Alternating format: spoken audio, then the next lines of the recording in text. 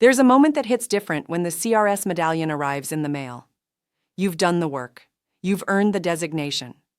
You've walked through the fire of transactions gone sideways, customers who ghosted, offers that never stuck, and came out on the other side not just wiser, but better.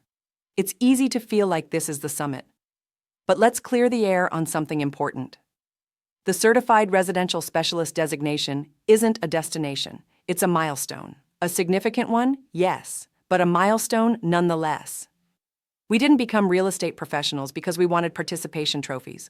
We became business owners. And for those of us who know what it's like to wake up at 4 a.m. worrying about pending contracts and payroll, we know that success doesn't wear a single outfit. It comes dressed as commitment, consistency, and the willingness to ask, what's next? I've said before that the real estate journey is like a honeycomb, not a ladder. There's no straight up and no guaranteed down. There are pivots, branches, new opportunities in every cell we step into. That CRS designation, it's not the end of the road. It's the beginning of understanding what's truly possible when you operate your business with intention. The letters behind your name don't close deals, but the work that earned them, that shows up every day. The way you systemize your customer service, dial in your listing presentations, mentor a new agent, or troubleshoot a failing contract, that's the real CRS flex. And if you're doing it right, it means your business just hit a growth spurt. Let's not pretend there won't be seasons where you wonder if you've outgrown real estate, or if it's outgrown you. I've been there. We all have.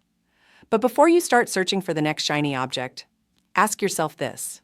What part of my business have I stopped loving? And what part still lights me up? CRS doesn't just teach us about transactions.